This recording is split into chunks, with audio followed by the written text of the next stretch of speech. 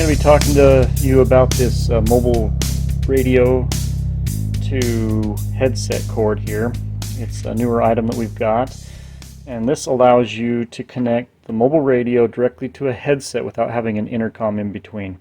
And where that's really nice is like the Polaris RS1 or the Polaris Ace, or if you're old like me, the Honda Odyssey, or if you just want a side-by-side without the intercom and still be able to have a headset on, you can connect up to your mobile radio and bypass the intercom altogether.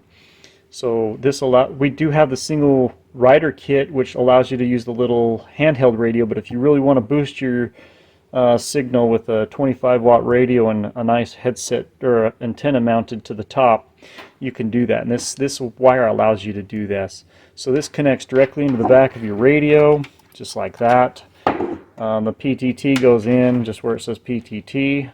Really simple like that, and then the headset just goes into the headset cord, and we do give you an extension cord that goes between, so you'd actually put your extension cord in like that and then put your headset into this end of the extension cord, so you can just unplug your headset right from the extension cord when you're done riding.